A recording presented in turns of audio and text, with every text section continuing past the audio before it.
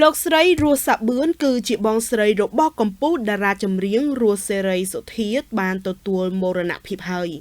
សូមចូលរួមរំលែកទុក្ខនៅមរណភាពរបស់លោកស្រីរស់សាបឿនផងលោកស្រីរស់សាបឿនគឺជាបងស្រីរបស់កំពូលតារាចម្រៀងរស់សេរីសុទ្ធាលោកស្រីបានចែកឋាននៅវេលាម៉ោង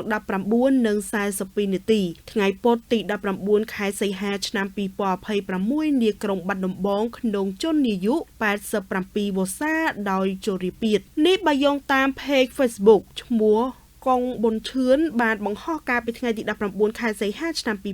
2026ប្រភពខាងលើបានបញ្ជាក់ថាពិធីបុណ្យសពរបស់លោកស្រីគឺប្រារព្ធឡើងនៅវត្តដំរីសភូមិកម្មករឃុំស្វាយប៉ោសង្កាត់ស្វាយប៉ោក្រុងបាត់ដំបងខេត្តបាត់ដំបងអ្នកកាន់ភេកខាងលើបានបញ្ជាក់ថាធម្មតាពេលម៉ាក់ខ្ញុំទៅបាត់ដំបងគឺអ៊ំស្រីគាត់តែងតែមកជួបជាមួយម៉ាក់មានអនុស្សាវរីយ៍ច្រើនណាស់ជាមួយគ្នាយើងខ្ញុំនិងក្រុមគ្រួសារសូមចូលរួមរំលែកទុក្ខហើយសូមវិញ្ញាណក្ខន្ធអ៊ំស្រីទៅកាន់សុគតិភពក្រុមការងារព័ត៌មានសូមចូលរួមរំលែកទុក្ខនៅមរណភាពរបស់លោកស្រីរស់សាបឿនជាមួយសាច់ញាតិនិងក្រុមគ្រួសារសពលោកស្រីផងសូមលោកស្រីទៅកាន់សុគតិភព